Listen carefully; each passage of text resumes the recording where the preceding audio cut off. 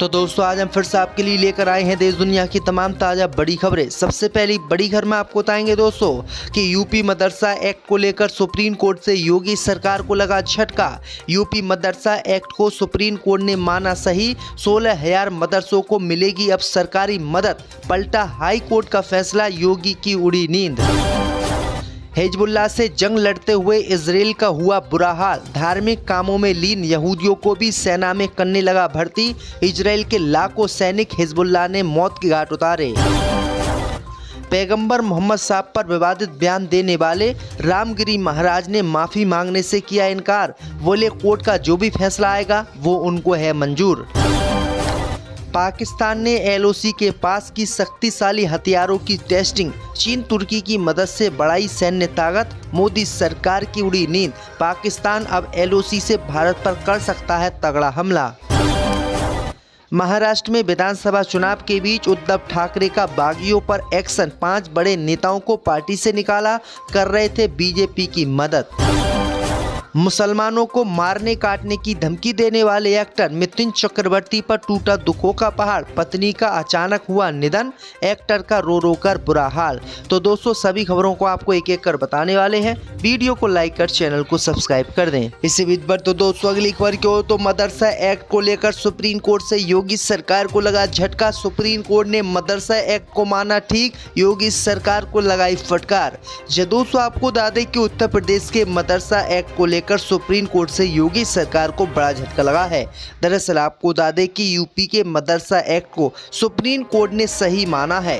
3 जजों की बेंच ने कहा है कि हम जानते हैं कि मदरसा एक्ट पूरी तरह से संविधान के तहत ही है, इसलिए इसकी मान्यता खारिज नहीं की जा सकती।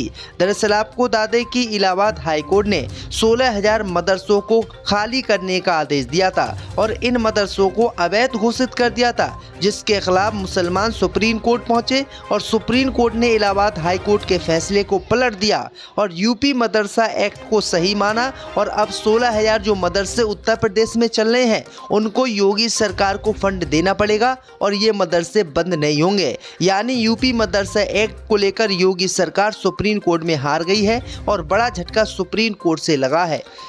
इससे बीच पर तो दोस्तों अगली खबर की ओर तो हिजबुल्लाह हमास जंग से इजराइल का हुआ बुरा हाल, धार्मिक कामों में लीन यहूदियों को भी करने लगा सेना में भर्ती।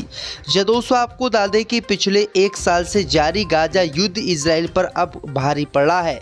युद्ध की वजह से देश का आर्थिक ढांचा चरमरा गया है, पर्यटन और पोर्ट व्यापार पूरी तरीके से बंद हो गए हैं और दूसरी तरफ लेबनान गाजा में इजराइल की अमानवीय कार्रवाई के बाद उसे अंतर्राष्ट्रीय विरोध का सामना करना पड़ा है। अब युद्ध की वजह से देश और धार्मिक कानूनों में बदलाव की नौबत आ गई है।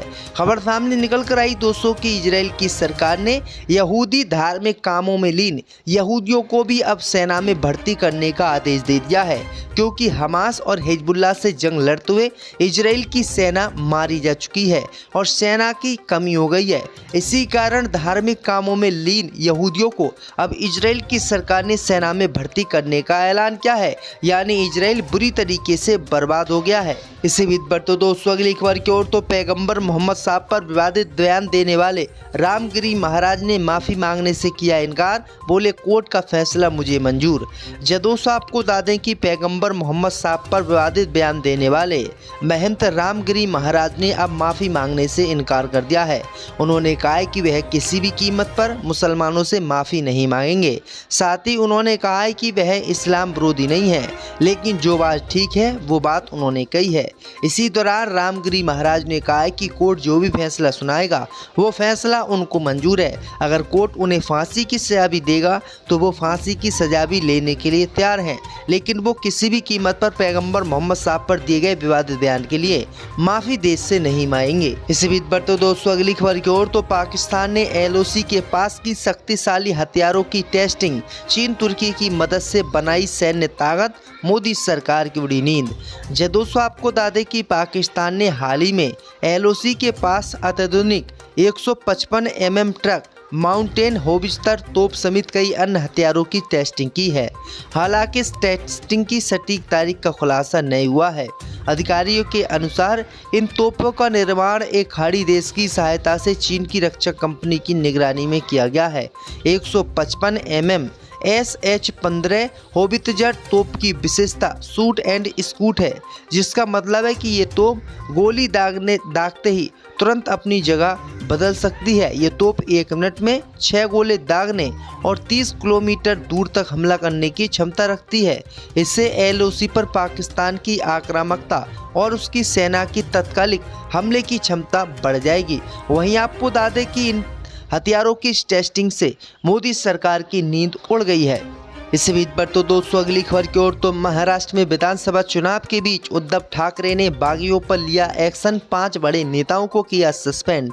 जो दोस्तों आपको बता दें कि महाराष्ट्र विधानसभा चुनाव के बीच उद्धव ठाकरे की शिवसेना ने बागियों पर बड़ा एक्शन लिया है। उद्धव ठाकरे ने बागियों पर कार्रवाई करते हुए पार्टी विरोधी गतिविधियों के कारण 5 नेताओं को पार्टी से निकाल दिया है। इसमें भिवंडी के पूर्व विधायक रूपेश विश्वास नांदेकर, चंद्रकांत गुगुल, संजय आवारी और प्रसाद ठाकरे शामिल हैं। शिवसेना के भिवंडी लोकसभा क्षेत्र के संपर्क प्रमुख रूपेश को पार्टी विरोधी गतिविधियों के कारण शिवसेना प्रमुख उद्धव ठाकरे के आदेश पर पार्टी से निकाल दिया गया है। दरअसल आपको बता दें कि उद्धव ठाकरे की पार्टी ने पहले इनको अल्टीमेट दिया था। अल्टीमेट देने के बावजूद भी ये लोग नहीं माने और शिवसेना के विरोध में काम करने लगे। इसी कारण उद्धव ठाकरे ने आज इनको पार्टी से ही निकाल दिया है। इसी बीच पर तो दोस्तों अगली खबर की ओर तो मुसलमानों को खुलेआम मार पीटने की धमकी देने वाले मिथुन चक्रवर्ती पर टूटा दुखों का पहाड़। पत्नी का अचानक हुआ निधन, एक्टर का रो रो कर बुरा हाल। दोस्तों आपको बता दें कि हाल ही में मुसलमानों को मार पीटने की धमकी देने वाले बॉलीवुड एक्टर मिथुन चक्रवर्ती पर दुखों का पहाड़ टूट गया है। दरअसल आपको बता दें कि 3 नवंबर को अमेरिका में उनकी पत्नी का निधन हो गया है, जिसकी जानकारी फेमस डांसर और एक्ट्रेस कल्पना अय्यर ने अपने सोशल मीडिया पेज पर साझा की। बताया जा रहा है कि उनकी तबीयत पिछले कुछ दिनों से ठीक नहीं थी। इसके बावजूद उन्होंने डॉक्टर को नहीं दिखाया। वहीं आपको बता दें कि हिंदी सिनेमा के दिग्गज अभिनेता और पॉलिटिशियन मिथुन चक्रवर्ती की पहली पत्नी हेलेन ल्यूका का 3 नवंबर को अमेरिका में निधन हो गया।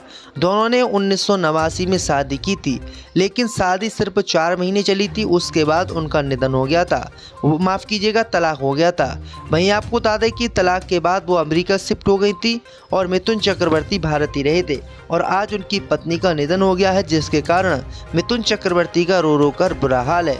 इससे बीच बढ़ते दोस्तों अगली खबर की ओर तो गाजा युद्ध विराम पर बड़ा संकट। हमास ने सीज फायर और बंधकों की रिहाई के समझौते को सिरे से किया खारिज। दोस्तों आपको बता दें कि इजराइल और हमास के बीच चल रही भीषण जंग के बीच गाजा में सीज फायर को लेकर हो रही बातचीत पर करारा झटका लगा है। मीडिया रिपोर्ट के मुताबिक हमास ने 60 टर्म सीज फायर और बंधक रिहाई समझौते के प्रस्ताव को सिरे से खारिज कर दिया है। आपको बता दें कि यह खुलासा अमरीकी विदेश मंत्री एंटनी ब्लिंकन की रविवार को मिस्र के विदेश मंत्री बद्र अब्देली के साथ हुई बातचीत के बाद बताया गया है। दरअसल आपको बता दें कि हमास के सामने इजराइल और अमेरिका ने प्रस्ताव रखा था कि कुछ समय के लिए गाजा पट्टी में जंग रोक दी जाएगी और आप इजराइल के बंधकों को रिहा कर दो।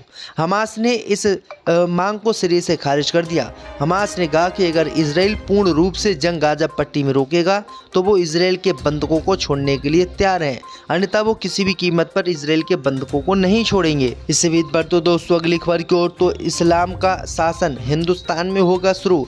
इंदौर में मस्जिद पर गजवाए हिंद के लगे पोस्टर। दोस्तों आपको बता दें कि इंदौर के छतरीपुरा थाना क्षेत्र में 2 पक्षों के बीच विवाद के बाद स्थिति अब पूरी तरीके से शांत नहीं हुई है। शनिवार को एक नई घटना सामने आई है, जब विधायक के बेटे और हिंद रक्षक संस्था के सदस्य सिंह गौड़ ने सोशल मीडिया पर एक पोस्ट साझा किया है। इसमें उन्होंने दावा किया है कि कागजी दापुर क्षेत्र की एक मस्जिद पर एक पोस्टर लगा हुआ है जिस पर गजवाए हिंद का संदेश है और इस संदेश के कारण प्रदेश और जिले की शांति भंग हो रही है। दरअसल आपको बता दें कि ये पोस्टर रियल है या फर्जी है, इसकी जानकारी अभी तक सामने नहीं आई है। दरअसल आपको बता दें कि इंदौर के छतरीपुरा में दिवाली के मौके पर हिंदूवादी संगठनों ने मस्जिद पर पथराव किया, मुसलमानों के घरों में आगजनी की, जिसके बाद काफ़ी हिंसा भी भड़की थी।